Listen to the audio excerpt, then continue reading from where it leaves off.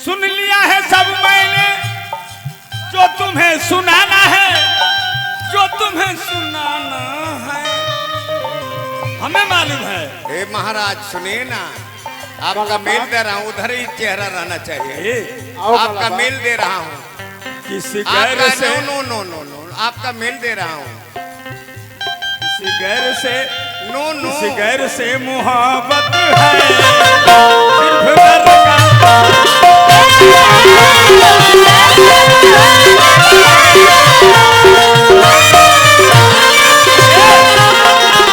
गैर से मोहब्बत है।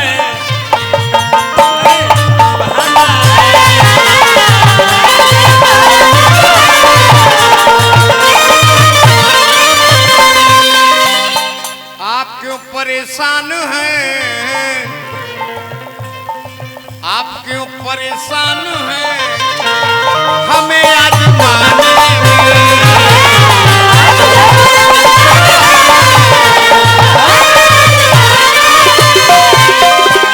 आप क्यों परेशान हैं, हमें आजमाने में। हम तो सबसे आगे हैं, हम तो सबसे आगे हैं।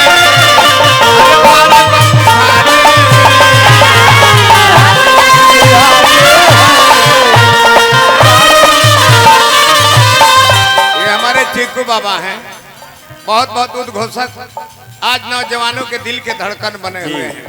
बहुत बहुत धन्यवाद। आइए कहना है भाई जी, आप सामने रहिए, मैं के क्या जरूरत है, दरोगा आप जी सामने रहिए, आप सामने रहिए, मैं के क्या जरूरत है, मैं के क्या जरूरत है, क्योंकि ये आपका हंसी चेहरा, ये आपका हंसी चेहरा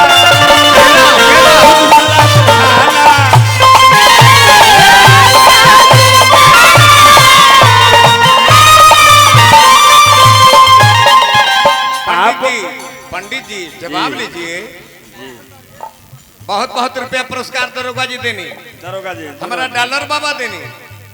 हार्दिक हार्दिक अभिनंदन बार बार पाव लगी बाजी। हमारा विष्णुदेव बाबा के खास सार के लड़का है डॉलर बाबा। दोनों मशहूर हुए, हम दोनों दोनों मशहूर हुए आज के जमाने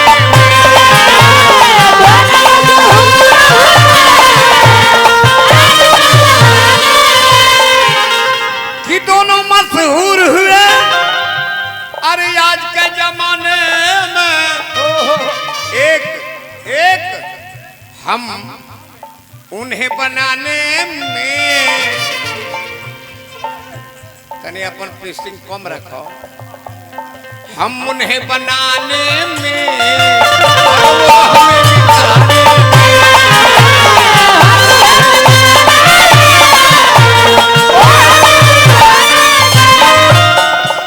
उर्दू लफ्ज है, सिलवटें नहीं मिटती इन उम्र के तकाजों से,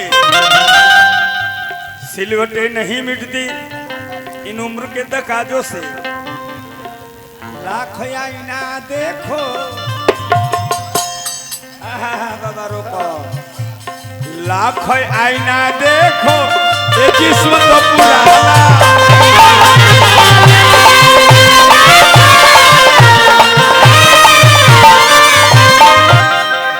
मेरी जान मेरी जान मेरी जान मेरी जान ओ मेरी जान। नो नो नो नो, जगह वही है। उर्दू लफ्ज है। मस्जिदे उर्दू का ये भी शब्द है। मस्जिदे शिकस्ता तो यानी चार दीवारी, मस्जिदे शिकस्ता तो चार दिन बन जाते हैं। कोई मंदिर मस्जिद चार दीवारी 4 दिन में तैयार हो जाता है, मगर उम्र बीत जाती है दिल बनाने।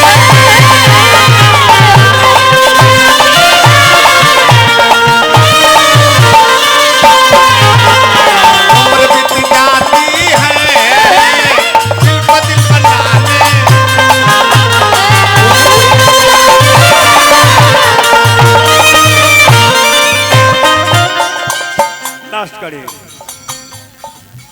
है भाव चेंज होता था नहीं तो मर गए मौत आने से पहले, मर गए मौत आने से पहले, ऐसी तमगर तेरी बेरुखी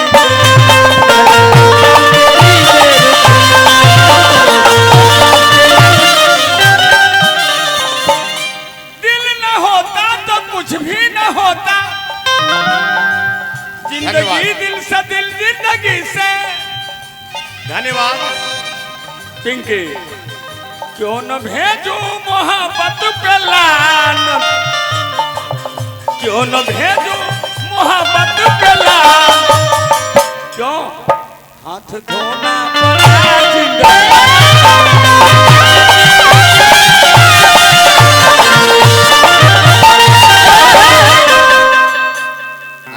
हमारा दरोगा जी पिरौटा से 1000 रुपया फिर पुरस्कार देनी जी। प्रभु जी की कृपा हमारा दरोगा जी पर बन रहो। यही भाव है।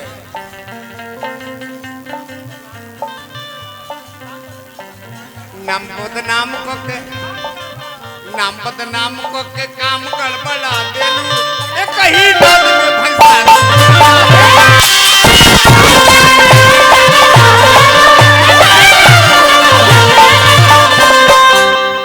नाम बदनाम को के काम गड़बड़ा देलू, एक ही बात में भैंसा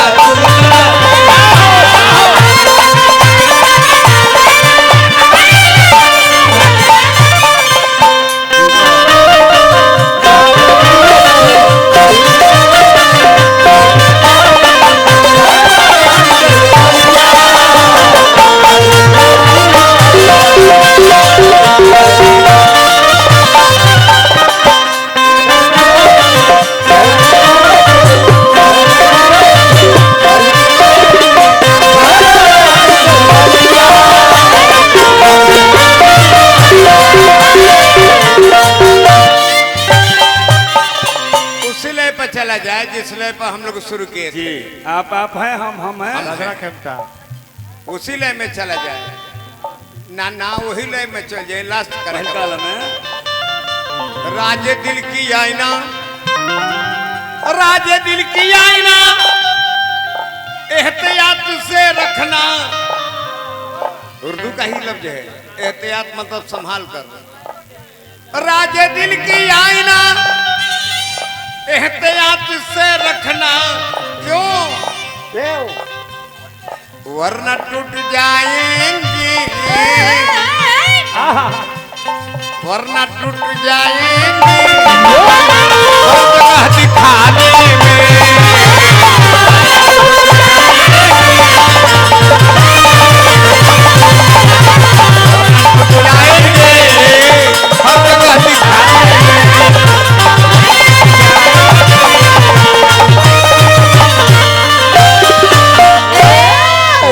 अब इस कार्यक्रम को हम लोग बोलिए अपने तरफ से समापन कर रहे हैं। बोलिए शंकर।